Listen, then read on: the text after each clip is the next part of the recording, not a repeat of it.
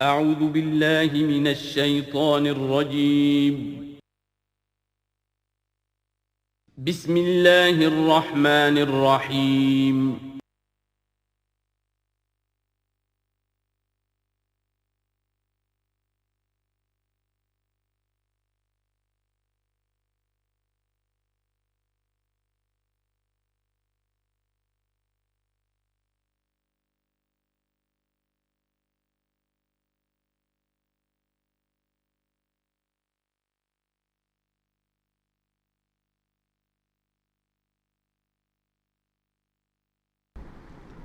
خواجہ از خون رگے مزدور سازد لال ناب، از جفائے دہ خدایاں کشت دہ کانا خراب، انقلاب ہے انقلاب۔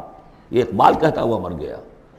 سرمایہ دار نے مزدور کے رگوں سے سرخ خون کشید کر کے شراب بنائی ہے جسے وہ شام کو بیٹھ کر پیتا ہے، اور زمیندار اور جاگیردار وہ کسانوں کی جو محنت کا اور خون پسینے کی کمائیوں سے وہ عیش کرتے۔ انقلاب انقلاب، لیکن وہ 52 برس ہو گئے انقلاب تو نہیں آئے، وہی نظام۔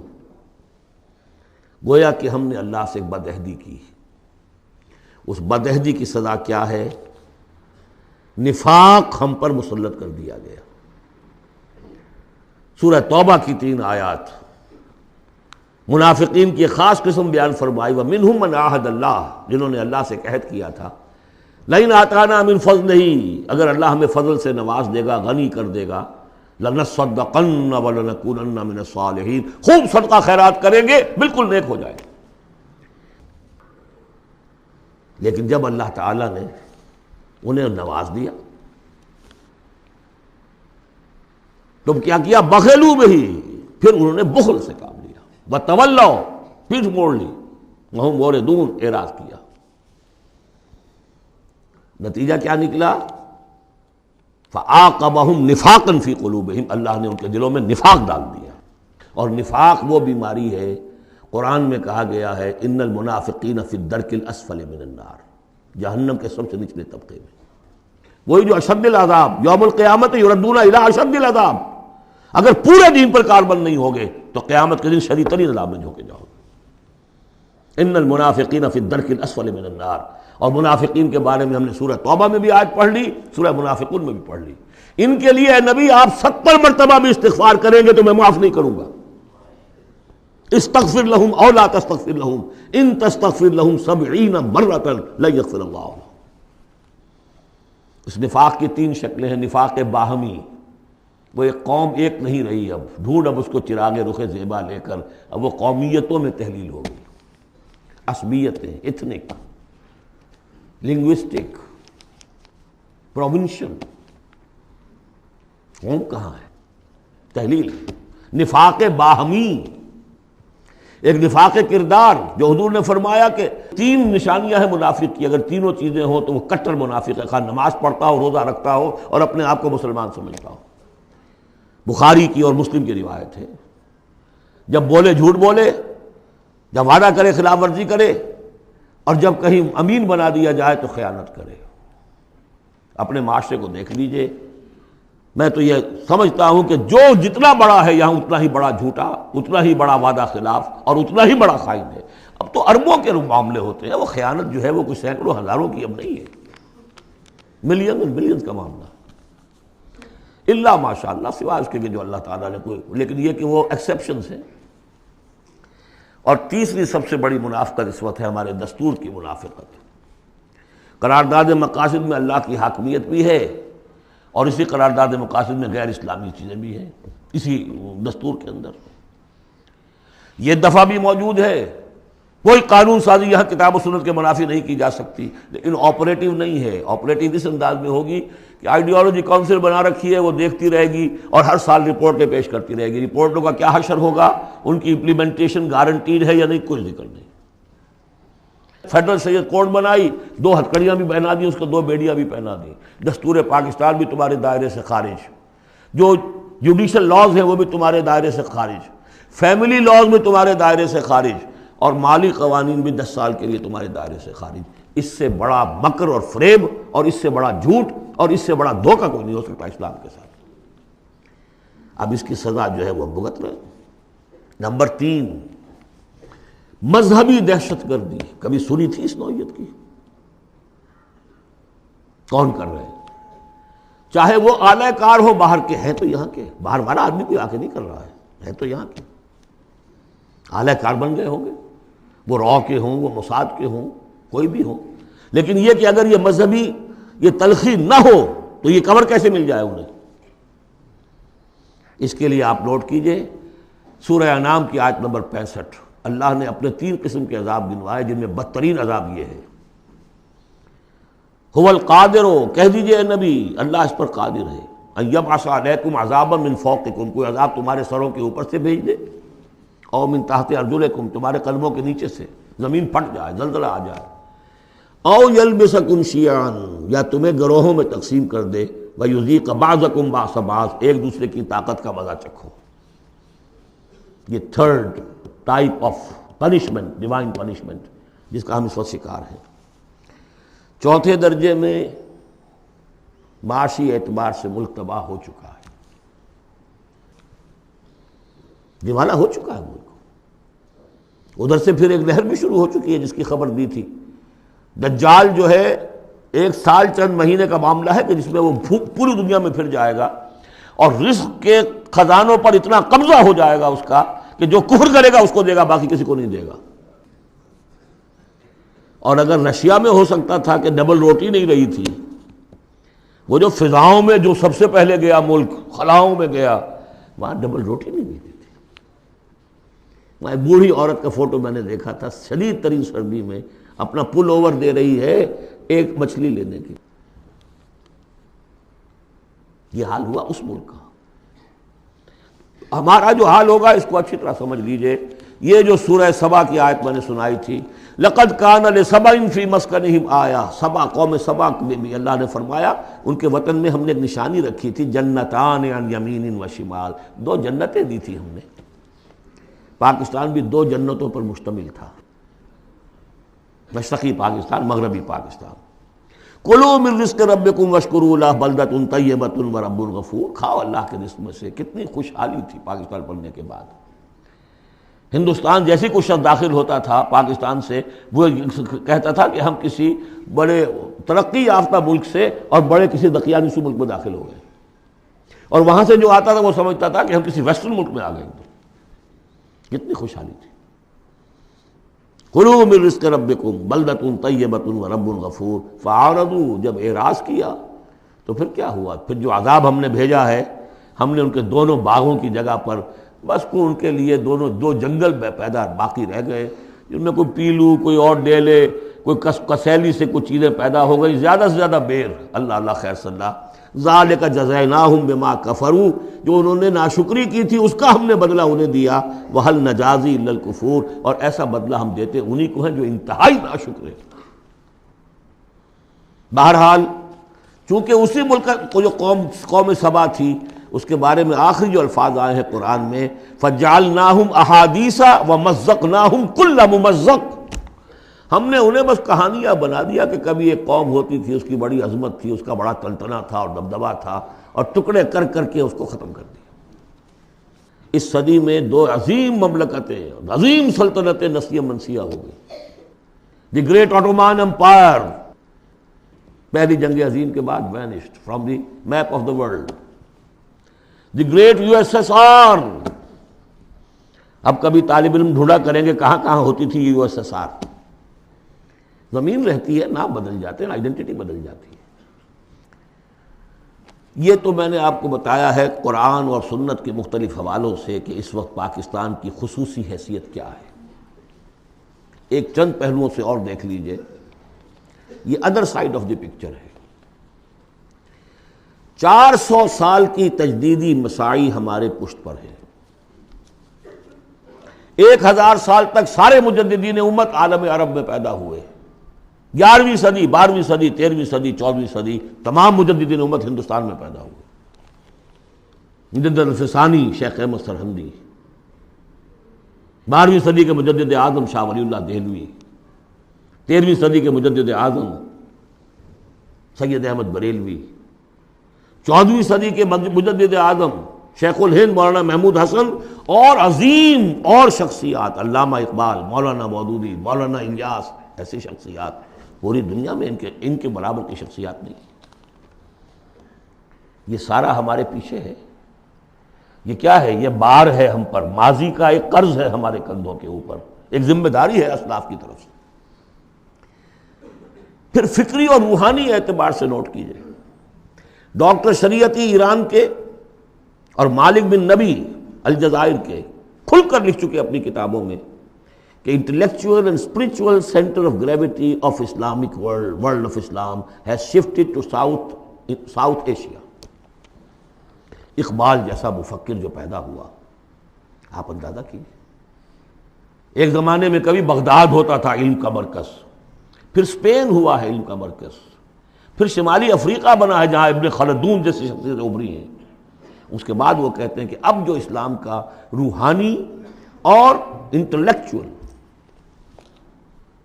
Centre of gravity of this امہ has shifted to the South Asia. تیسری بات یہ کہ بھارتی مسلمانوں نے پاکستان بنانے کے لیے گویا کہ ایک طرح سے اپنا فرض کفایہ ادا کیا تھا. انہیں معلوم تھا کہ یہاں تو پاکستان نہیں بنے گا. انہوں نے کس لیے حصہ لیا؟ کہ وہ اسلام کا بول بالا کرنے کے لیے، یا کم سے کم امت کا اکثر حصہ 2/3 تو بچ جائے اس سارے دباؤ سے کہ جو آ رہا تھا. تو اس حوالے سے ان کا بھی تو ذمہ داری کا بوجھ پھر ہمارے کندھوں پر ہے. وہ جو جھیل رہے ہیں آج، معاشی طور پر وہ پست ہیں، ملازمتیں انہیں نہیں ملتی ہیں، تعلیم گاہوں میں ان کو داخلے نہیں ملتے ہیں، ان کی زبان ختم کر دی گئی ہے. اب ہندی زبان میں ظاہر بات ہے کہ اب تو پھر بھی وہ ایک نسل، لیکن 2 نسلیں تو بیت گئیں کہ جو اس تعلیم کی، اس زبان کی وجہ سے وہ پیچھے رہ گئی. یہ سب کچھ ہوا کیوں؟ جھیلا انہوں نے یہ جو ہم پہ گزری سو گزری مگر شب ہجراں، ہمارے اشک تیری عاقبت سوار چلے. تو جو کچھ بیت رہی ہے ان پر، جبکہ انہیں یہ سننے پڑتے تھے نعرے، مسلمان کے 2 استھان، پاکستان یا قبرستان، نکلو یہاں سے، تم یہاں ہو یہاں پر. اب تیسرا اسپیکٹ میں آپ کو بتانا چاہتا ہوں، کچھ پیشین گوئیاں ہیں نبی اکرم صلی اللہ علیہ وسلم کی.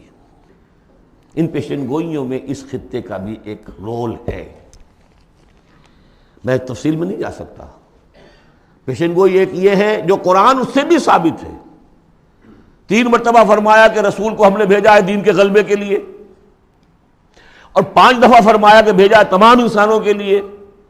تو رسولوں کا مقصد، رسول صلی اللہ علیہ وسلم کی بعثت کا مقصد پورا ہو ہی نہیں سکتا جب تک کہ پورے عالم اسلامی پر دین جو ہے قائم نہ ہو جائے. بقول اقبال کے وقت فرصت ہے کہاں، کام ابھی باقی ہے، نور توحید کا امام ابھی باقی ہے. لیکن حضور نے خبر دی ہوگا. دنیا کے خاتمے سے پہلے کل روئے ارضی پر نظام خلافت علی منہاج النبوہ قائم ہوگا، اور اس کے قائم ہونے میں خراسان کا علاقہ اور عرب کے مشرق کے ممالک جو ہے وہ رول پلے کریں گے. ظاہر بات ہے کہ اس علاقے میں آ کر افغانستان خراسان ہے، اور خراسان کا ایک حصہ پاکستان کا بھی کے اندر بھی شامل ہے. یہاں سے فوجیں جائیں گی، اور یہ جو یروشلم ہمارے ہاتھ سے نکلا اسے بازیافت جو ہے یہ کریں گی. عربوں میں تو دم نہیں ہے. پہلے بھی عربوں سے چھینا تھا کروسیڈرز نے. 1099 عیسوی میں چھینا ہے یروشلم، اور لاکھوں مسلمانوں کو قتل کیا ہے کروسیڈرز نے. اور اس کے بعد 88 برس تک وہ ان کے قبضے میں رہا. عرب واپس نہیں لے سکے. کون لینے والا تھا؟ کرد خون، صلاح الدین ایوبی. اب پھر عربوں سے چھینا ہے انہوں نے. قوم بودی ہو چکی ہے، ان میں دم نہیں ہے. عیاشیوں نے اور دولت نے ان کو خالی کر دیا، کھوکھلا کر دیا. اب بھی کوئی لیں گے تو فرمایا کہ خراسان کی طرف سے جھنڈے آئیں گے، انہیں کوئی روک نہیں سکے گا جب تک کہ یہاں نہ پہنچ جائیں، اور یہاں ایلیا میں جا کر، یروشلم میں جا کر نصب نہ ہو جائیں. اس میں بھی ایک رول ہے پاکستان کا. میرے عرب کو آئی ٹھنڈی ہوا جہاں سے، میرا وطن وہی ہے، میرا وطن وہی ہے. میں نے 3 اسپیکٹ سے تو آپ کو جو ماورائے زمان و مکان فرائض ہیں ایک مسلمان کے، اللہ کے حقوق کے حوالے سے، رسول کے قرض کے حوالے سے، انسانوں کے حقوق کے حوالے سے بیان کیے. اور 3 ہی اعتبار سے پاکستان کا جو اسپیشل رول ہے. ایک تو یہ کہ جو ہماری جینیسس آف پاکستان ہے، اس کی بنیاد کیا تھی، قرآن میں اس کا بھی ذکر ہے. آج جس صورت سے ہم دو چار ہیں، منافقت کے 3 اسپیکٹس، قرآن میں اس کا بھی ذکر ہے۔ جو معاشی ہمارے ہاں بدحالی آ چکی ہے قرآن کا، اس کا بھی ذکر ہے جو سورہ سبا بھی ہم نے دیکھ لیا۔ اور جو اندیشے ہیں، مزقناہم کل ممزق جعلناہم احادیث، کہ بس کہانیاں رہ جائیں گی، کبھی ایک ملک بنا تھا، قائم تھا، اس کا عین امکان موجود ہے، بلکہ بین الاقوامی ادارے تو اس کو کہتے ہیں کہ ہوگا، بڑی جلدی ہو جائے گا۔ پچھلے دنوں وہ رپورٹ شائع ہوئی تھی امریکہ کی فارن آفس کی رپورٹ، کہ اتنے سالوں کے بعد پاکستان نام سے کوئی ملک دنیا میں نہیں ہوگا۔ اب میں چاہتا ہوں ذرا پازیٹیو سائڈ دکھاؤں، ہمارے پاس کچھ ایسٹس بھی ہیں یا نہیں۔ پہلی بات یہ ہے کہ چاہے کتنا ہی متزلزل ہے، کچھ ہے، پاکستان کے دستور میں اسلام جتنا آ گیا ہے، اگرچہ اس کی تکمیل جو ہے بہت مشکل ہے، لیکن اتنے حصے کو بھی نکال دینا کسی کے مائی کے لال کے لیے ممکن نہیں ہے۔ قرارداد مقاصد آئی ہے، اللہ کی حاکمیت کا اقرار ہے، گویا کہ نظام خلافت اصولاً دستوری طور پر پاکستان میں نافذ ہو چکا ہے۔ ایسے جیسے میں مسلمان ہوں، چاہے میں عمل نہیں کر رہا اسلام پر، مسلمان ہوں، ہمارا ہر شخص مسلمان ہے چاہے وہ عمل نہیں کر رہا ہے، اسی طرح پاکستان مسلمان ملک بن گیا ہے جب اس نے کہا sovereignty belongs to him and not to us۔ حاکمیت اللہ کی ہے، اور ہمارے ہاتھ میں جو اختیارات ہیں وہ ایک سیکریٹ ٹرسٹ ہے، اور یہ سیکریٹ ٹرسٹ استعمال ہوگا اسی حاکم مطلق کی دی ہوئی عائد کردہ حدود کے اندر۔ یہ ہے لا الہ الا اللہ، دستوری زبان میں یہ لا الہ الا اللہ، ان الحکم الا للہ لہ الملک۔ پھر یہ کہ ایک بہت بڑا ایسٹ یہ ہے، بہت سی تحریکوں، بہت سے مصنفین، علامہ اقبال، مولانا مودودی اور بھی بہت سے مصنفین کی مسائل سے پاکستان میں جوان، ادھیڑ اور بوڑھے عمر کے لوگوں کی بہت بڑی تعداد ہے جو 2 چیزیں ان کے اندر موجود ہیں۔ نمبر 1، انہیں یہ معلوم ہو چکا ہے کہ ہمارا دین اسلام دین ہے، مذہب نہیں ہے، یہ پوری زندگی کا دین ہے، معلوم ہے۔ وہ دور گزر گیا جب کہ سمجھا جاتا تھا کہ بس نماز روزہ دین ہے، کچھ لوگ اب بھی ہیں، لیکن یہ معلوم ہے سب کو کہ یہ کل زندگی کا دین ہے، عبادت کا مطلب صرف نماز روزہ نہیں ہے، پوری زندگی میں اللہ کی بندگی ہے۔ وہ تصور دی ہاتھ سے دے کر اگر آزاد ہو ملت ہے، ایسی تجارت میں مسلمان کا خسارہ۔ ہوئی دین و دنیا میں جس دم جدائی، حوث کی امیری حوث کی وزیری، جدا ہو دین سیاست سے تو رہ جاتی ہے چنگیزی۔ یہ اقبال کا پیغام تھا، وحدت دین و دنیا، دنیا کو تابع کرنا ہے دین کے۔ اور یہ کہ بہت سے لوگوں کے دلوں میں اس کی امنگ بھی ہے، خواہش بھی ہے، جذبہ بھی ہے۔ افسوس صرف یہ ہے کہ ایک تو بٹے ہوئے ہیں بہت، اپنی سیاسی مصلحتوں میں اس کو پیچھے رکھ کر اپنی پارٹی، اپنی شخصیت، اس کو ابھارنے کی فکر ہے۔ ایک خلط مبحث بہت تھا کہ کیسے دین یہاں لائیں، غلطی سے یہ سمجھا کہ الیکشن میں حصہ لو، ووٹ مل جائیں گے تو اسلام نافذ کر دیں گے، لیکن اس میں سمجھتا ہوں کہ اب بہت حد تک کمی ہو گئی ہے۔ تمام مذہبی جماعتیں یہ سمجھ چکی الیکشن کے ذریعے سے یہاں کچھ نہیں ہو سکتا، اسلام نہیں آ سکتا۔ تیسرے یہ کہ ایک عظیم قرآنی تحریک الحمدللہ اس ملک کے اندر قائم ہوئی اور چلی۔ کبھی سنا تھا؟ اپنے بڑوں سے پوچھ لیجئے، کبھی 6 گھنٹے بھی نماز تراویح کے لیے لوگ کسی مسجد میں رہے؟ پورا قرآن کا ترجمہ، درس قرآن کی محفلیں، 500 700 آدمی جمع، جبکہ کوئی سیاسی نعرہ نہیں، کوئی اختلافی بات نہیں۔ جو لوگ رہے یہاں پر 25 دن، جنہوں نے مجھے سنا ہے، کہیں کوئی اختلافی فرقے وارانہ کوئی بات؟ قرآن ایز سچ، قرآن سمجھو۔ یہ تحریک جو ہندوستان میں شروع ہوئی تھی شاہ ولی اللہ دہلوی سے، الفوز الکبیر انہوں نے لکھی، قرآن کا ترجمہ فارسی میں کیا، ان کے 2 بیٹوں نے اردو میں اس سے پہلے ترجمہ کرنا گناہ سمجھتے تھے لوگ۔ آج بھی بعض لوگ ہیں جو ترجمہ پڑھنے کو گناہ سمجھتے ہیں، بس قرآن پڑھو اور ثواب حاصل کر لو۔ ہے بہت بڑی جماعت بھی ہے جو یہ کہتی ہے۔ مسئلہ پوچھنا تو عالم دین سے پوچھ لو، تم خام کا ترجمہ کیوں پڑھتے ہو؟ تمہارے ذہن میں شکوک و شبہات پیدا ہو جائیں گے، بس پڑھو اور پڑھ کے ثواب لو۔ یہ شاہ ولی اللہ نے جب فارسی میں ترجمہ کیا، انہیں قتل کرنے کی سازش ہو چکی تھی، اس نے اتنا بڑا جرم کیا، اتنا بڑا گناہ کیا۔ بلا لیے گئے تھے سرحد کے علاقے سے پٹھان قتل کرنے کے لیے، اور مسجد جو فتح پور کی ہے دہلی کی، جو چاندنی چوک کے ایک سرے پر ہے، وہاں درس حدیث دیتے تھے عصر کے بعد، اور اس کے بعد وہ نکل رہے تھے مسجد میں، باہر وہ کھڑے ہوئے تھے قتل کرنے کے لیے، لیکن کچھ اللہ نے ایسی ہیبت ڈال دی اس وقت ان کے دل پر، کوئی ایسی ان کی شخصیت کا اثر پڑا، وہ حملہ نہیں کر سکے۔ بہرحال یہ تحریک شروع کی انہوں نے، قرآن کو ایک اوپن کتاب بنایا، کھلی کتاب، پڑھو اس کو، سمجھو اس کو۔ لیکن الحمدللہ اس کا اگر یہ ملک نہ بنتا تو شاید یہ تحریک ایسی آپ کو یہاں نظر نہ آ سکتی۔ مواقع ملے ہیں ہمیں، اللہ نے ہمیں سہولتیں دی ہیں۔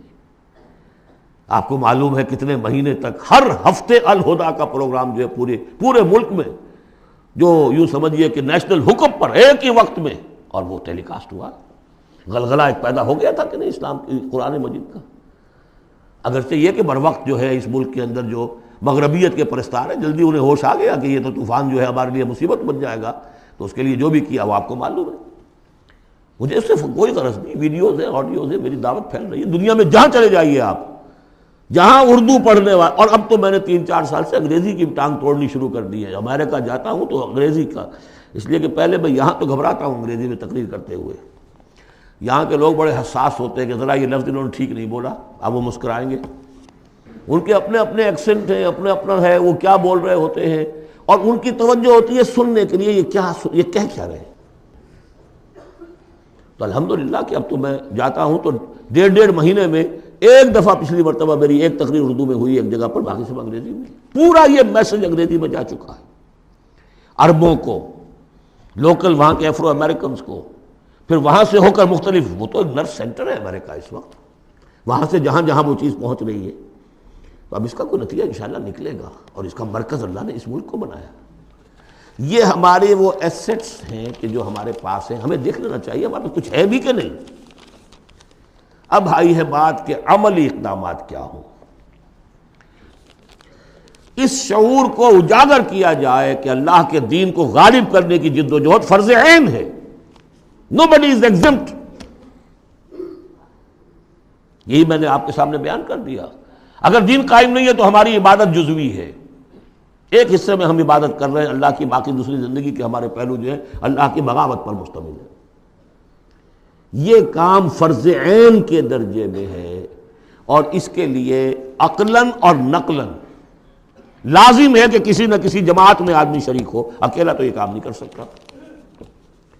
اس کے لیے جیسا کہ میں نے عرض کیا تھا، عقل عام بھی کہتی ہے انقلاب، نظام بدل دینا کسی ایک آدمی کے بس کا روگ ہے، ایک پارٹی چاہیے، حزب اللہ چاہیے۔ حضرت موسیٰ کی قوم نے کوڑا جواب دے دیا تھا تو معاملہ وہیں کا وہیں رک گیا۔ حضور کے ساتھیوں نے ایک جماعت کی شکل میں اپنا، جہاں حضور کا پسینہ گرا وہاں اپنی خون کی ندیاں بہا دی، اسلام قائم ہو گئی۔ پھر احادیث دیکھیے، علیکم بالجماعہ، لا اسلام الا بالجماعہ، اور سب سے بڑی حدیث انی آمرکم بخمس، اللہ اے مسلمانوں میں تمہیں 5 باتوں کا حکم دے کر جا رہا ہوں، اللہ امرنی بہن، مجھے اللہ نے ان کا حکم دیا ہے، بالجماعت والسمع والطاعت والہجرت والجہاد فی سبیل اللہ، جماعت کی زندگی ہو اور جماعت بھی سم و طاعت والی، listen and obey, strong discipline, اور یہ جماعت کیا کرے گی؟ ہجرت اور جہاد کرے گی۔ یہ حدیث جو ہے ذرا نوٹ کیجئے کس قدر اس میں ایمفیسس ہے، انی آمرکم بخمس اللہ امرنی بہن، میں تمہیں 5 باتوں کا حکم دے کر جا رہا ہوں، اللہ نے مجھے اس کا حکم دیا ہے۔ پھر اس جماعت کے خد و خال ہم نے پڑھے قرآن مجید میں، حزب اللہ سورہ مائدہ میں، فإن حزب اللہ هم الغالبون، حزب اللہ کے یہ اوصاف ہیں، حزب اللہ اللہ کی پارٹی۔ سورہ مجادلہ میں شیطان کی پارٹی، حزب الشیطان، اور اللہ کی پارٹی۔ اس جماعت میں ہر فرد کو ہونا چاہیے، البتہ اس کے لیے یہ نہیں کہ میں صرف اپنی جماعت کی بات کر رہا ہوں، کوئی جماعت ہو جو آپ کو آپ کی سمجھ میں آئے کہ یہ ٹھیک ہے، یہ دین کے لیے صحیح کام کر رہی ہے، اس میں شامل ہو، تاکہ کوئی شخص بھی اس سے محروم نہ ہو۔ جیسے حضور نے فرمایا بلغوا انی ولو آیتن، پہنچاؤ میری جانب سے، کہا ایک ہی آیت پہنچاؤ، میرا کوئی امتی بھی تبلیغ قرآن کے فریضے سے محروم نہ رہ جائے، اس لیے کہ پھر میرا امتی کیسے ہوا؟ میرا امتی ہے تو اسے تو قرآن پہنچانا ہے، ایک آیت پہنچاؤ۔ باقی جو لوگ اپنی زندگیاں وقف کر دیں، ان کے لیے کیا کہا ہے؟ خیرکم من تعلم القرآن وعلمہ، تم میں سے بہترین لوگ وہ ہیں جو قرآن سیکھیں اور سکھائیں۔ وہ اپنی زندگی وقف کر دیں۔ اس حوالے سے کسی بھی جماعت میں جس پر دل ٹھک جائے، اگرچہ اس کے 4 خصائص ضروری ہیں جو آپ کو تلاش کرنے چاہیے۔ نمبر 1، ڈکلیئرڈ ایم ہونا چاہیے اقامت دین، دین کا غلبہ، نتھنگ شارٹ آف دیٹ۔ کوئی جزوی بات، کوئی سماجی اصلاح، یہ سارے کام اچھے ہوتے ہیں، کوئی خدمت خلق کا کام بہت اچھی بات ہے، لیکن یہ کہ ہر شے کا اپنا ایک مقام ہے۔ جماعت وہ ہونی چاہیے جس کا مقصود ہو اللہ کے دین کا غلبہ، اقامت دین کہہ لیں اسے، غلبہ دین کہہ لیں، نظام خلافت کا قیام کہہ لیں، حکومت الہیہ کا قیام کہہ لیں، لیکن ڈکلیئرڈ ایم ہونا چاہیے۔ ان اصطلاحات میں سے کوئی استعمال کر لیجیے۔ نمبر 2، وہ ڈسپلنڈ ہونی چاہیے، سم و طاعت، آمرکم بخمس اللہ امرنی بہن بالجماعت والسمع والطاعت، ہجوم نہیں، منظم، ایک امیر سے ان کا عہد ہو اطاعت کا۔ نمبر 3، اسے اپنا طریقہ کار کلیئرلی اسپیل آؤٹ کرنا چاہیے کہ ہم کس نہج سے یہ کام کرنا چاہتے ہیں۔ ایسے ہی مبہم سے نعرے لگا کر اور لوگوں کو صرف وقتی جوش دلا کر تو یہ نہیں، معلوم ہونا چاہیے طریقہ کار کیا ہے، اور وہ طریقہ کار انہیں دکھانا چاہیے کہ یہ ہم نے سیرت النبی سے، اس لیے کہ ماڈل وہ ہیں ہمارے لیے، اس سے اخذ کیا ہے۔ اس کے لیے میں آپ کو حدیثیں اگر سناؤں، امام مالک رحمۃ اللہ علیہ کا قول سنا دوں پہلے، لن يصلح آخر هذه الامہ الا بما صلح به اولها، اس امت کے آخری حصے کی اصلاح نہیں ہو سکے گی مگر ٹھیک اسی طریقے پر جس میں پہلے حصے کی اصلاح ہوئی تھی۔ وہ سیرت النبی سے دیکھیے۔ اور چوتھی بات یہ ہے کہ اس کی قیادت کو ٹھوک بجا کر دیکھ لینا چاہیے جتنا بھی ممکن ہے۔ باقی یہ کہ آپ کسی کے دل میں نہیں اتر سکتے، لیکن دیکھ لینا چاہیے whether they practice what they say، ان کے گھریلو نظام کیسا ہے، انہوں نے اپنے گھر میں دین نافذ کیا، ان کی معاش کیا ہے، وہ ہے شریعت کے دائرے میں۔ 4 چیزیں تلاش کر کے، اور اس تلاش میں بھی جو وقت لگے گا وہ جہاد کے اندر شمار ہوگا، بشرطے کہ سیریسلی، یہ نہیں کہ کیجولی بس ایسے ہی اس کو سمجھا جائے کہ اب یہ میری ضرورت ہے، یہ میرا فرض ہے، ہو سکتا ہے مجھے کل موت آ جائے اور میں بغیر جماعت کے ہوں گا۔ اقامت دین کی جد و جہد فرض عین ہے، اور اس کے لیے نماز شرط لازم ہے، جیسے نماز کے لیے اس کے لیے جماعت شرط لازم ہے، جیسے کہ نماز کے لیے وضو شرط لازم ہے، وضو کے بغیر نماز نہیں ہوتی۔ یہ 4 شرطوں میں انسان تلاش کرے، جو بھی سمجھ میں آ جائے، جو بھی سمجھ میں آ جائے، فاتقوا اللہ ما استطعتم۔ لیکن یہ کہ یہ معلوم ہو ہمارے ملک کی بھی بقا اسی میں ہے، اس کا استحکام بھی اسی میں ہے، یہ کشتی ڈوبتی ہے تو ہم ڈوبیں گے، یہ تیرتی ہے تو ہم تیریں گے، خالص دنیاوی اعتبار سے بھی سوچنے کی بات ہے۔ اور پھر یہ کہ اللہ کے ساتھ وعدہ خلافی کی اس سے کہیں زیادہ سزا کہیں مل نہ جائے۔ مشرقی پاکستان جب علیحدہ ہوا تھا کتنی بڑی سزا ملی تھی، 93,000 قیدی مسلمان قوم کا اس ہندو کے پاس جس پر کہیں 800 برس حکومت کی، کہیں 1000 برس حکومت کی، بیڑوں بکریوں کی طرح انہیں ٹرکوں میں لاد کے لے کر گئے ہیں، جیسے ڈیرہ غازی خاطر بکریاں اور بھیڑیں آتی ہیں لاہور میں ذبح ہونے کے لیے۔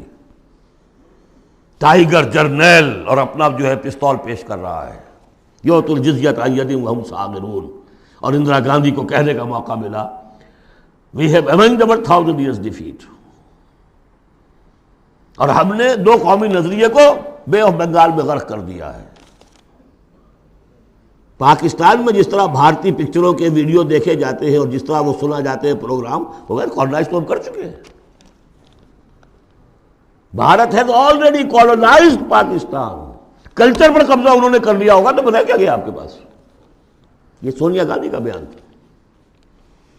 تو غور کر لیجئے، ایک کام یہ کہ ہر شخص لگے سوچے یہ میری زندگی اور موت کا مسئلہ ہے، یہ میرے دین کا فرض عین ہے، یہ میرے اللہ کا حق ہے، یہ مجھ پر میرے رسول کا حق ہے، یہ مجھ پر پوری نوع انسانی کا حق ہے، یہ مجھ پر میرے وطن کا حق ہے، میرے ملک کا حق ہے، میری 400 برس کی تاریخ کا حق ہے، اور جو بھی خبریں دی ہیں محمد الرسول اللہ صلی اللہ علیہ وسلم، ان سے بھی میرے اندر یہ جذبہ پیدا ہو جانا چاہیے کہ ان کی صداقت کو ثابت کرنے کے لیے تن من دھن لگا دوں۔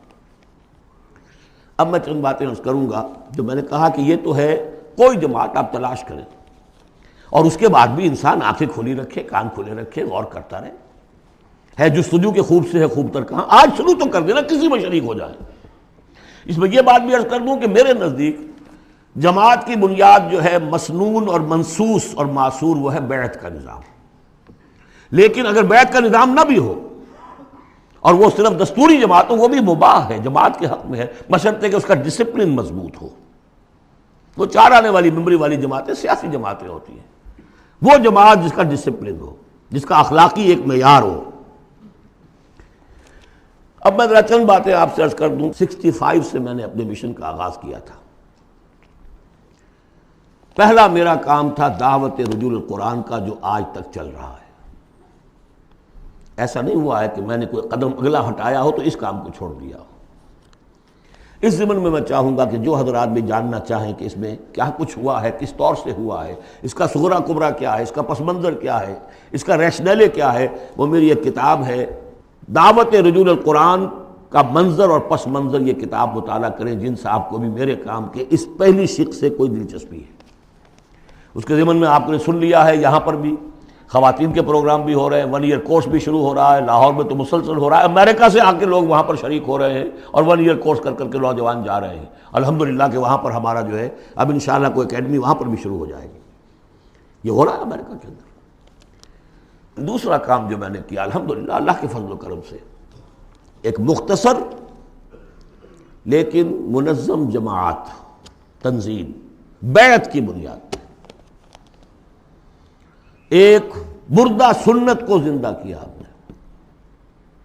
میرا دعویٰ یہ ہے کہ بنیاد کسی جماعت کی قرآن، حدیث، سنت، سیرت اور 1400 برس کی تاریخ دنیا جو ہماری مسلمانوں کی ہے، 1300 برس تک کم سے کم کوئی اور بنیاد اجتماعیت کی ہے ہی نہیں سوائے بیعت کے.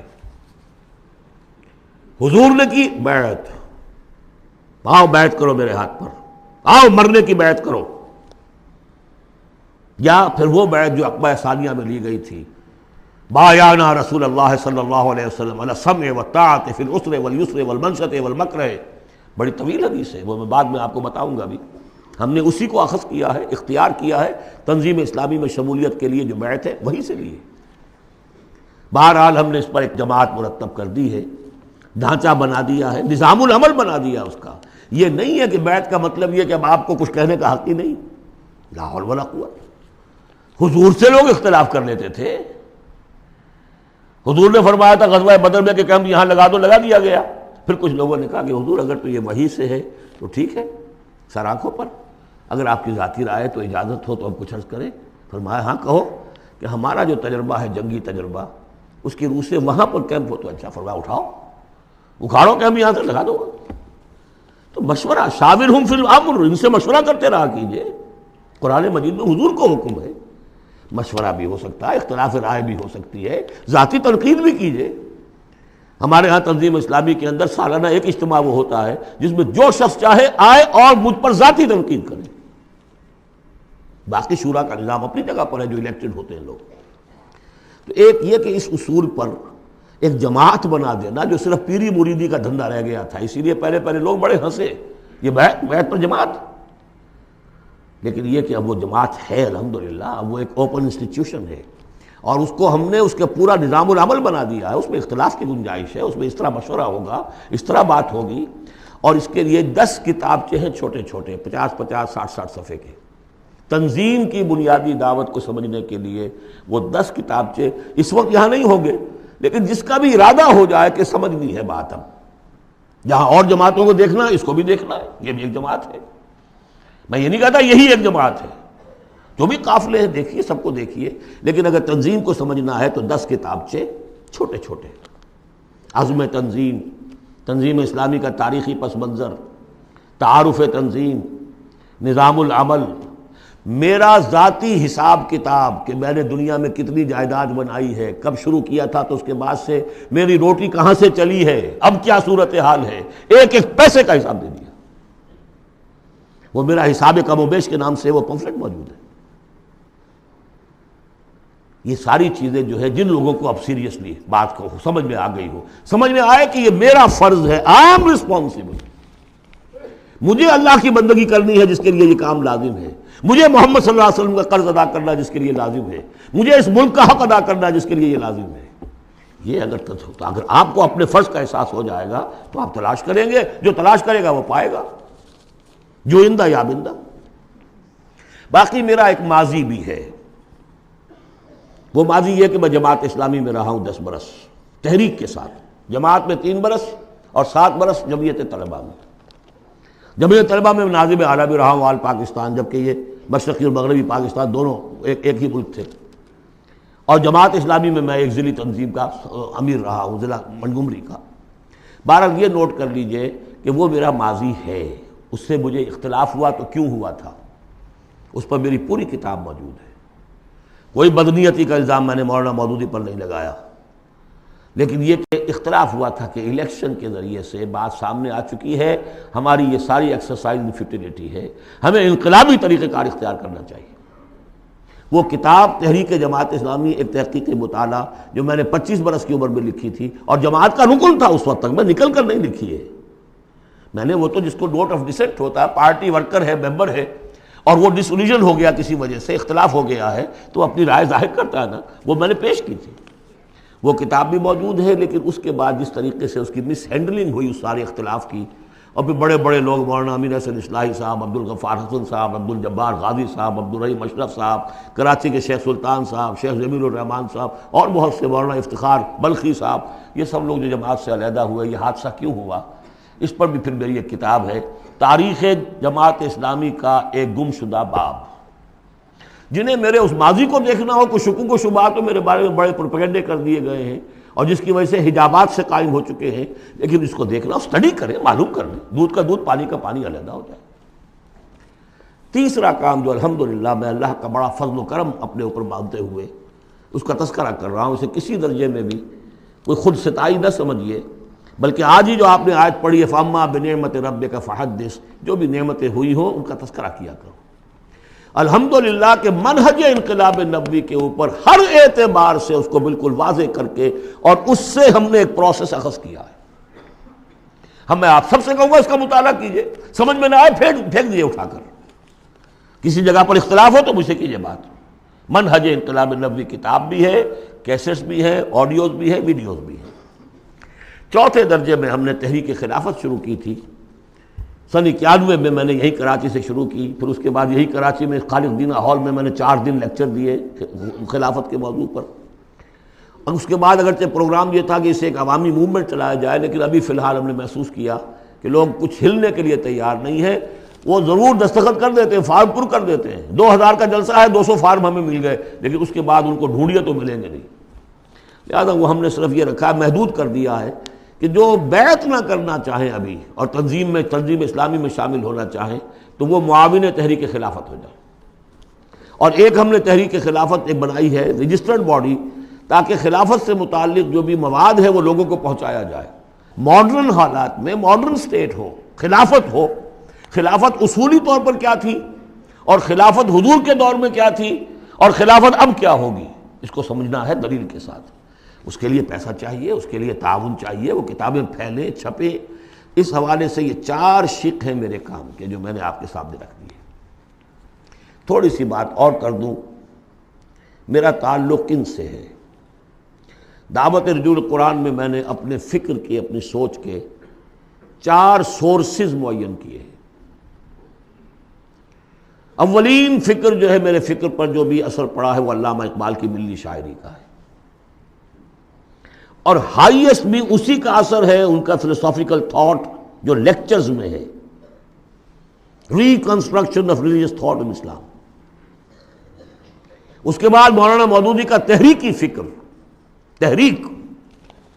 اقبال مفکر تھے، وہ تحریک چلانے والے آدمی نہیں تھے، اگرچہ ابھی معلوم ہوا ہے ڈاکٹر برہان احمد فاروقی نے انتقال سے پہلے کتاب لکھ دی، جس سے ثابت ہوتا ہے کہ علامہ اقبال عمر کی آخری سٹیجز میں سن 35-36 میں بیعت کی بنیاد پر ایک جمعیت شبان المسلمین قائم کرنا چاہتے تھے، اور اس کا دستور بھی مرتب ہو گیا تھا۔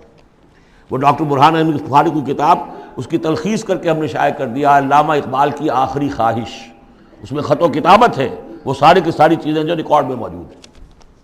لیکن بہرحال انہوں نے اپنی زندگی میں یہ کام شروع کر نہیں سکے. یہ کام مولانا مودودی نے شروع کیا، تحریک اٹھائی، جماعت بنائی. لیکن مولانا مودودی سے پہلے میرے نزدیک ابوالکلام بھی تھے. انہوں نے حزب اللہ بنائی تھی 1913 میں، اور وہ بیعت کی بنیاد پر تھی. اس حوالے سے یہ میرا ایک پس منظر ہے. اور 3 اعتبارات سے پھر میں اپنا رشتہ جوڑتا ہوں شیخ الہند سے، وہ نوٹ کر لیجیے اچھی طرح. ایک تو یہ کہ شیخ الہند کا جو ترجمہ، اس پر جو تفسیری حواشی لکھے شبیر احمد عثمانی صاحب نے، یہ میرے لیے قرآن فہمی کا بہت بڑا سورس ہے. تفہیم القرآن بھی، تدبر قرآن بھی. لیکن تفہیم القرآن میں بھی ایک چیز جو ہے وہ تشنا ہے، اس میں دین میں تصوف کی جو چاشنی ہے، باطنی کیفیات، وہ اس میں نہیں آ رہی ہے. تحریکی ہے، زبردست تحریکی انداز ہے، تحریک میں وہاں سے لیتا ہوں. لیکن ایک اسلاف کے ساتھ جڑنا، اور ایک یہ کہ دین کا یہ باطنی روحانی جو اس پہلو ہے، یہ میں ان شیخین سے لیتا ہوں، شیخ الاسلام شبیر احمد عثمانی اور ان کے استاد شیخ الہند مولانا محمود حسن. پھر ابوالکلام کو شیخ الہند نے تجویز کیا تھا 1920 میں کہ اس کے ہاتھ پر بیعت کرو اور اسے امام الہند مانو. اور مولانا مودودی بھی الجمیت کے اندر انہوں نے اپنی صحافت کا آغاز کیا تھا اسی وقت جس زمانے میں کہ شیخ الہند اس کے صدر تھے. یہ سارے حقائق جو اس وقت بالکل نگاہوں سے چھپے ہوئے ہیں، یہ میری ایک کتاب ہے جماعت شیخ الہند اور تنظیم اسلامی، اس میں تفصیل کے ساتھ موجود ہے. یہ میں صرف اس لیے بتا رہا ہوں کہ جس کو بھی ان 25-26 دنوں کے اندر کوئی بھی تعلق خاطر قائم ہوا ہو، جو سیریسلی سوچنے کو تیار ہو، وہ ان چیزوں کا مطالعہ کرے. اب آخری بات ہے، من انصاری اللہ، کون ہے میرا مددگار اللہ کی راہ میں؟ اس مدد کی کیا کیا شکلیں ہو سکتی ہیں؟ سب سے پہلے تو یہ جو میرے فکر سے متفق ہو گئے، جو طریقہ کار ان کے سامنے آیا ہے اس کو انہوں نے مان لیا. اگر وہ مجھ سے واقف بھی ہیں، وہ مجھ پر اعتماد بھی کر سکتے ہیں، تو تاخیر نہ کریں اور بیعت کریں اور تنظیم اسلامی میں شامل ہو جائیں. اس بیعت کی وضاحت میں ابھی اس حدیث کی روح سے کروں گا بعد میں. یہ نہیں اگر اس سے کمتر ابھی آپ چاہتے ہیں کہ کوئی نسبتاً کمتر معاملہ رہے ابھی بیعت کے معاملے میں، اتنا اقدام جو ہے فوری طور پر نہ ہو، تو یہاں کی انجمن خدام القرآن ہے، اس کے ممبر بنیے. 1 ایئر کورس شروع ہو رہا ہے، اس میں وقت نکالیے. آپ نے جو ہے مختلف پروفیشنل تعلیم کے اوپر کتنے سال لگائے ہیں. کوئی ایم ایس کر کے آتا ہے امریکہ سے، کتنے سال لگائے ہوتے ہیں؟ کیا 1 سال بھی نہیں نکال سکتے زندگی کا؟ اللہ پوچھے گا تم سب کچھ پڑھ لیا، تم نے انگریزی پڑھ لی، تم نے اتنی پڑھ لی انگریزی کہ انگریزوں کو پڑھا دو، اور عربی اتنی بھی نہ سیکھی کہ تم میری کتاب کو براہ راست سمجھ سکتے. ہم نے ان کے لیے 1 ایئر کورس شروع کیا ہے کہ جو لکھے پڑھے جاہل ہیں اس اعتبار سے کہ ایک طرف PhD ہے، ڈاکٹریٹ کی ہوئی ہے، دوسری طرف الف بے قرآن کی معلوم نہیں. نمبر 3، تحریک خلافت جو ہے اس کی 2 شکلیں ہیں. معاون تحریک خلافت وہ تنظیم اسلامی کے تابع ہوگا، تنظیم اسلامی کے ساتھ ہوگا، لیکن بیعت کیے ہوئے نہیں ہوگا. جو بیعت کرتا ہے وہ رفیق کہلاتا ہے تنظیم اسلامی کا. اور دوسرا یہ کہ ہم نے ایک ایسی جماعت بنائی ہے جس میں کہ اس لٹریچر کو پھیلانے کے لیے ہمیں وسائل چاہیے. اس کی ممبرشپ ہے. جو شخص بھی صاحب استطاعت ہے 500 روپے ماہانہ اگر وہ تحریک خلافت کو دے سکتا ہے تو وہ اس کا رکن بنے گا. وہ ایک رجسٹرڈ باڈی ہے، اس کے سارے حساب کتاب جیسے انجمنوں کے ہوتے اس طریقے سے ہیں. یہ 4 شکلیں ہیں کہ جس میں آپ میرے ساتھ تعاون کر سکتے ہیں، شریک ہو سکتے ہیں. درجے وار میں نے وہ ساری باتیں آپ کے سامنے رکھ دی. اب آخر میں آپ کو بتاتا ہوں کہ جو بیعت ہوتی ہے ہماری، اس کے 3 جز ہیں. پہلا جز وہ ہے کہ جو ہر شخص کرتا ہی ہے مسلمان، صرف بیعت کے وقت اسے شعوری طور پر تازہ کرنا ہے. اشہد ان لا الہ الا اللہ وحدہ لا شریک لہ واشہد ان محمدا عبدہ ورسولہ صلی اللہ علیہ وسلم. اسی پر تو ہماری دین کی بنیاد قائم ہے. لیکن تازہ کرنا کہ آج میں پھر شعوری طور پر گواہی دے رہا ہوں اللہ کے سوا کوئی معبود نہیں، وہ تنہا ہے، اس کا کوئی شریک نہیں، اور محمد اس کے بندے اور رسول ہے. نمبر 2، استغفر اللہ ربی من کل ذنب، میں استغفار کرتا ہوں اللہ سے اپنے تمام گناہوں کا، اے اللہ اب تک جو کچھ ہوا معاف فرما دے. اور نمبر 3، وَأَتُوبُ إِلَيْهِ تَوْبَةً نَصُوحًا، اور پروردگار میں تیری جناب میں توبہ کرتا ہوں خلوص دل کے ساتھ. یا ایھا الذین آمنوا توبوا الی اللہ توبۃ نصوحا. پہلا حصہ یہ ہے دوسرا حصہ انی اعاہد اللہ، میں اللہ سے عہد کرتا ہوں. یہ اللہ سے عہد ہے، بیع و شراء اللہ کے درمیان اور بندے کے درمیان ہے. ان اللہ اشتری من المؤمنین انفسهم واموالهم بان لهم الجنہ، جنت اس کے پاس ہے، وہ آپ کو دے گا. آپ سے وہ جان اور مال مانگ رہا ہے. وہ بیع کیا ہے؟ انی اعاہد اللہ، میں اللہ سے عہد کرتا ہوں. ان اہجر کل ما یکرہہ، ہر اس چیز کو چھوڑ دوں گا جو اسے پسند نہیں ہے. وَأُجَاهِدَ فِي سَبِيلِهِ جُهْدَ اسْتِطَاعَتِي، اور اپنی مقدور بھر اس کی راہ میں جہاد کروں گا. اس کے معنی کیا ہے؟ انفق مالی وابذل نفسی، اپنا مال بھی خرچ کروں گا، جان بھی، وقت بھی صرف کروں گا. لِإِقَامَةِ دِينِهِ وَإِعْلَاءِ كَلِمَتِهِ، اس کے دین کو قائم کرنے کے لیے اور اس کے کلمے کی سربلندی کے لیے. اب تیسرا حصہ آیا، وَلِأَجْلِ ذَلِكَ، اس مقصد کے لیے أُبَايِعُكَ، میں آپ سے بیعت کرتا ہوں. یہاں سے اب وہ حدیث شروع ہو رہی ہے، أُبَايِعُكَ عَلَى السَّمْعِ وَالطَّاعَةِ، لیکن یہ کہ اس میں ایک لفظ کا اضافہ کیا، فی المعروف، آپ کا ہر حکم سنوں گا اور مانوں گا بشرطے کہ شریعت کے خلاف نہ ہو، within the parameters of sharia. حضور سے جو بیعت کی تھی اس میں یہ الفاظ نہیں تھے، سمع و طاعہ، اس لیے کہ حضور غلط حکم دے نہیں سکتے، معصوم تھے، جو حکم دیں گے مانیں گے. بایعنا رسول اللہ صلی اللہ علیہ وسلم علی السمع والطاعہ، بس ہم نے اس میں اضافہ کیا علی السمع والطاعۃ فی المعروف، شریعت کے دائرے کے اندر فی العسر والیسر. اگر یہ شریعت کے دائرے کے اندر ہے تو چاہے مشکل ہے اور چاہے آسان مانیں گے. والمنشط والمکرہ، چاہے ہماری طبیعتیں آمادہ ہوں اور چاہے ہمیں اپنی طبیعتوں پر جبر کرنا پڑے مانیں گے. وعلی اثرۃ علینا، اور چاہے ہم پر آپ دوسروں کو ترجیح دے دیں، ہم یہ نہیں کہیں گے کہ ہم پرانے ساتھی ہیں، آپ نے نو وارد کو امیر بنا دیا، نہیں. اٹس یور پریروگیٹو، یہ آپ کا اختیار ہے، جس کو چاہیں آپ بنائیں، ہم پر کسی کو ترجیح دے دیں. دیکھیے کس طرح باریک بینی سے جماعتی زندگی میں فتنے اٹھنے کے دروازے جو ہے سب ایک ایک کر کے حضور نے بند کیے. وَعَلَىٰ لَا نُنَازِلُ أَمْرَ أَهْلَهُ، اور جنہیں آپ امیر بنا دیں گے ان سے جھگڑیں گے نہیں، ان سے بھی تعاون کریں گے، ان کی اطاعت کریں گے. حضور نے فرمایا من اطاعنی فقد اطاع اللہ ومن عصانی فقد عصی اللہ، جس نے میری اطاعت کی اس نے اللہ کی اطاعت کی، اور جس نے میری نافرمانی کی اس نے اللہ کی نافرمانی کی. ومن اطاع امیری فقد اطاعنی ومن عصا امیری فقد عصانی، جس نے میرے مقرر کردہ امیر کی اطاعت کی اس نے میری اطاعت کی، اور جس نے میرے معین کردہ امیر کی مخالفت کی یا اس کی نافرمانی کی اس نے میری نافرمانی کی. اور آخری بات، وَعَلَىٰ أَن نَّقُولَ بِالْحَقِّ أَيْنَمَا كُنَّا لَا نَخَافُ فِي اللَّهِ لَوْمَةَ لَائِمٍ، ہم جہاں کہیں بھی ہوں گے حق بات ضرور کہیں گے، مشورہ دیں گے، صحیح دیں گے. اب اپنی بات جو ہے ودہولڈ نہیں کریں گے، اپنے اوپینینز کو روکیں گے نہیں، حق بات کہیں گے، اپنی بات کہہ کر پھر ہم فارغ ہوں گے. اس کے بعد یہ کہ جو فیصلہ امیر کا ہوگا اس کے مطابق اطاعت ہوگی.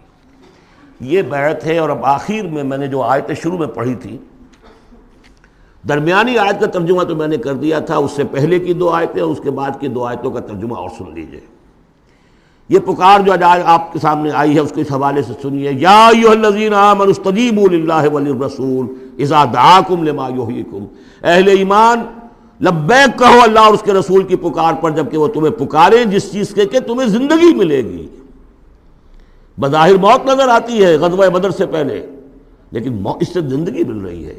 وَاعْلَمُوا أَنَّ اللَّهَ يَحُولُ بَيْنَ الْمَرْءِ وَقَلْبِهِ، اور اگر حق کے واضح ہو جانے کے بعد انسان اسے قبول نہ کرے تو ایک وقت آتا ہے اللہ حائل ہو جاتا ہے بندے کے اور اس کے دل کے درمیان. وَأَنَّهُ إِلَيْهِ تُحْشَرُونَ، اور پھر اسی کی طرف تم جمع کر دیے جاؤ گے. وَاتَّقُوا فِتْنَةً لَا تُصِيبَنَّ الَّذِينَ ظَلَمُوا مِنكُمْ خَاصَّةً، اور ڈرو اس عذاب سے، اس فتنے سے جب آئے گا تو صرف گناہ گاروں کو لپیٹ میں نہیں لے گا، گندم کے ساتھ بھس نہیں پسے گا، گل بھی پسے گا. وَاعْلَمُوا أَنَّ اللَّهَ شَدِيدُ الْعِقَابِ، اور جان لو اللہ سزا دینے میں بہت سخت ہے. پھر وہ آیت آئی تھی وَاذْكُرُوا، ذرا یاد کرو، إِذْ أَنْتُمْ قَلِيلٌ مُسْتَضْعَفُونَ فِي الْأَرْضِ تَخَافُونَ أَن يَتَخَطَّفَكُمُ النَّاسُ فَآوَاكُمْ وَأَيَّدَكُمْ بِنَصْرِهِ وَرَزَقَكُم مِّنَ الطَّيِّبَاتِ لَعَلَّكُمْ تَشْكُرُونَ. اور اس کے بعد کی دو آیات، یا ایھا الذین آمنوا لا تخونوا اللہ والرسول، اللہ اور اس کے رسول سے خیانت مت کرو، جو وعدہ کیا ہے سمعنا وأطعنا اس کو پورا کرو. وَتَخُونُوا أَمَانَاتِكُمْ، اپنی امانتوں کے اندر بھی خیانت نہ کرو. اور جان لیجئے ہمارے پاس یہ پاکستان سلطنت خدا داد سب سے بڑی امانت ہے اس وقت. وَاعْلَمُوا أَنَّمَا أَمْوَالُكُمْ وَأَوْلَادُكُمْ فِتْنَةٌ، اور جان لو تمہیں یہی ڈر ہے، اولاد اور مال صرف یہی روکتے ہیں، یہی بیڑیاں پڑی ہیں۔ وَاعْلَمُوا أَنَّمَا أَمْوَالُكُمْ وَأَوْلَادُكُمْ فتنہ، جان لو کہ تمہارے اموال اور اولاد تمہارے لیے فتنہ ہے۔ وَأَنَّ اللَّهَ عِندَهُ أَجْرٌ عَظِيمٌ، اور یقیناً اللہ ہی کے پاس اجر عظیم ہے۔ بارک اللہ لی ولکم فی القرآن العظیم ونفعنی وإیاکم بالآیات والذکر